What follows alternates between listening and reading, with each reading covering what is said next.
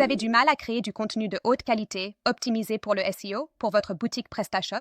Le module générateur et traducteur de contenu IA de Noband est la solution ultime. Propulsé par l'IA, ce module génère automatiquement des descriptions de produits optimisés, du contenu pour les catégories et traduit même votre contenu dans plusieurs langues.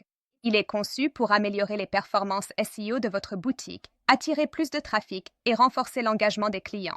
Cet outil qui vous fait gagner du temps garantit que votre contenu reste frais, pertinent et sans erreur, ce qui conduit à de meilleures conversions et à un flux de travail plus efficace. Ceci est une vidéo explicative du module générateur de contenu.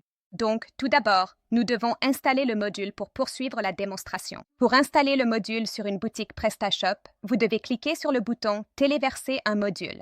Lorsque vous cliquerez dessus, un écran comme celui-ci apparaîtra sur votre boutique. Ensuite, vous devez cliquer sur « Sélectionner un fichier » pour choisir un fichier depuis votre ordinateur afin d'installer le module. Lorsque vous cliquerez sur « Sélectionner un fichier », cela vous redirigera vers votre ordinateur pour installer le module.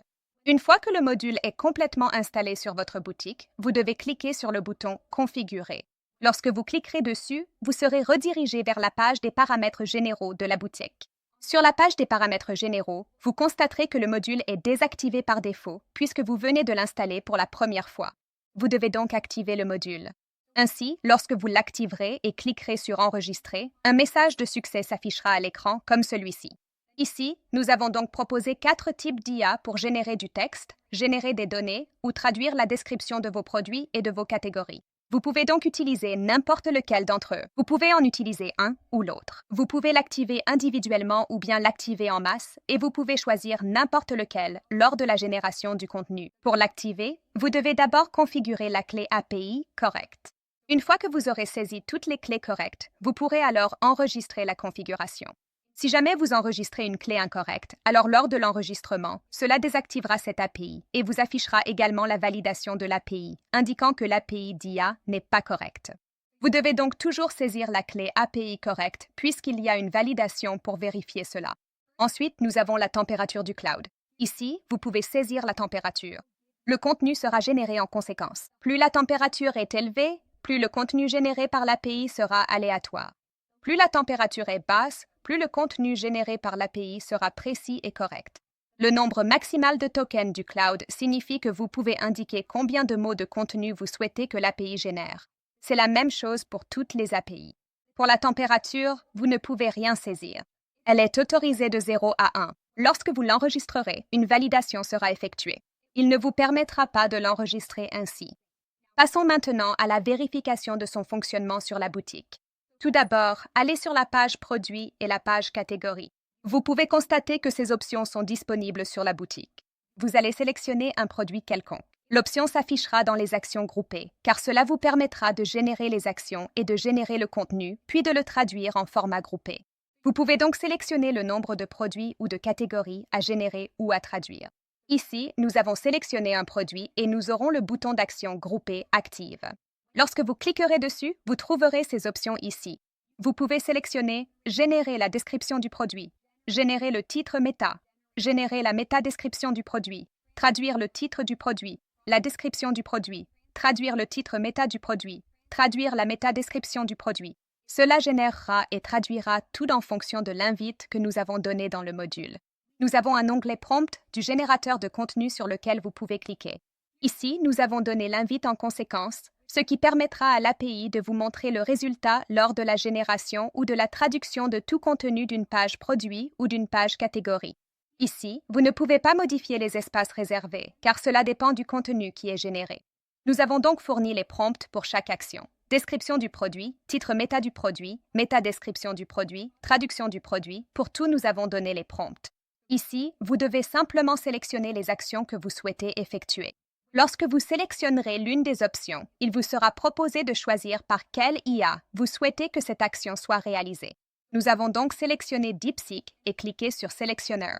Ensuite, une fois que vous avez sélectionné, une fenêtre contextuelle s'affichera, indiquant qu'une demande a été envoyée. La demande est en cours d'envoi et vous la retrouverez dans le journal des tâches. Lorsque vous ouvrirez le journal des tâches, vous verrez que l'action que vous avez effectuée y est répertoriée. Les détails, la description générée du produit, le prompt que nous avons utilisé, le produit sur lequel nous avons effectué l'action, dans quelle langue. Maintenant, cela s'affiche comme étant en attente, sauf si vous souhaitez exécuter le cron. Cela peut être généré automatiquement ou manuellement. Vous pouvez exécuter le cron en cliquant sur Exécuter la tâche en attente. Lorsque vous cliquerez dessus, vous serez redirigé vers la page du message de réussite, où vous trouverez un message de succès indiquant que le cron a été terminé. Lorsque la tâche sera terminée, le résultat s'affichera ici comme terminé. Donc, lorsque la tâche sera terminée, un message comme celui-ci s'affichera, processus de journalisation réussi. Et ici, lorsque vous actualiserez la page, vous verrez le statut terminé, ainsi que le contenu nouvellement généré via l'API et le contenu précédemment généré. Lorsque vous cliquerez sur le bouton « Voir », vous le trouverez ainsi, dans une case, le contenu précédemment généré et le nouveau contenu a été généré. Le contenu étant long, un défileur est mis à disposition pour consulter l'intégralité du contenu. Ensuite, vous pouvez effectuer la même opération pour chaque action. Nous allons maintenant essayer avec la traduction. Ici, vous devez sélectionner « Traduire le titre du produit », choisir l'IA avec laquelle vous souhaitez effectuer l'action, puis sélectionner la plateforme. Une fenêtre contextuelle indique qu'une demande est à nouveau envoyée. Vous devez aller dans le journal des tâches. Vous devez actualiser la page pour voir la liste. Il affichera le type d'invite, puis la liste des produits. Comme nous avons plusieurs langues, il traduira dans toutes ces langues. Nous avons sélectionné la langue à partir de laquelle il doit prendre le contenu et la langue dans laquelle le contenu sera traduit. Ici, la langue par défaut sera l'anglais, et nous avons prévu une case où toutes les langues de la boutique seront affichées au cas où aucune d'entre elles ne serait sélectionnée individuellement. Ensuite, il traduira tout le contenu dans toutes les langues et il vous l'affichera dans la liste. Mais si vous en avez sélectionné certaines, alors il ne traduira que pour celles-ci. Donc ici, comme vous pouvez le voir, nous avons la liste pour 2 langues, l'anglais et le français. Elles sont toutes les deux en attente, donc nous devons exécuter la tâche pour la terminer. Lorsque le journal sera entièrement traité, vous devrez alors actualiser la page et vous verrez que c'est terminé. Comme nous avons l'anglais vers l'anglais, il n'est pas possible de générer la langue sélectionnée par défaut à partir de laquelle le contenu doit être pris. La langue source ne peut pas être la même que celle dans laquelle le contenu doit être généré ou traduit. Donc, il traduira de l'anglais vers le français, comme vous pouvez le voir dans l'aperçu. Il a traduit le contenu précédent dans la langue sélectionnée. Voici donc comment cela fonctionne sur une page produit. Il en va de même sur la page catégorie. Sur la page catégorie, vous devez sélectionner le produit. Le bouton d'action groupée sera activé.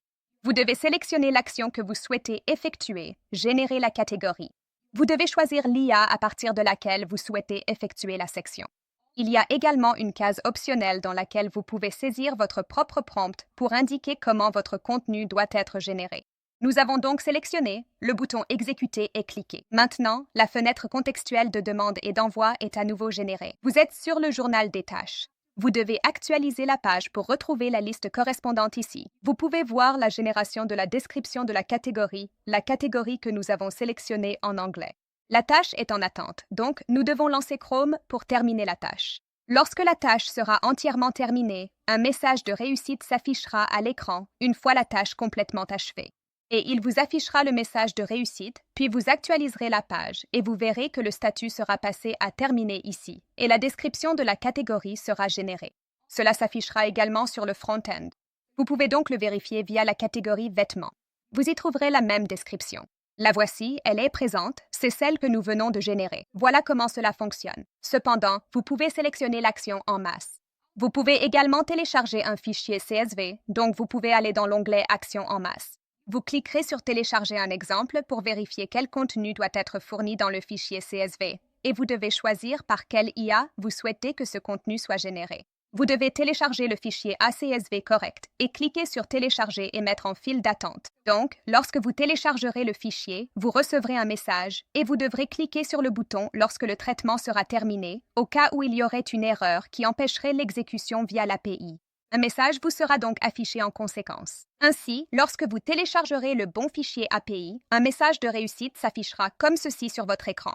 Et vous pouvez également voir, cela s'affichera aussi dans le journal des tâches et vous devrez actualiser la page. Vous trouverez la liste ici en mode « En attente » lorsque vous exécuterez le cron. Ensuite, cela apparaîtra comme « Actif et terminé ». Vous pouvez également effectuer une recherche par type d'invite, nom du produit, catégorie ou page CMS.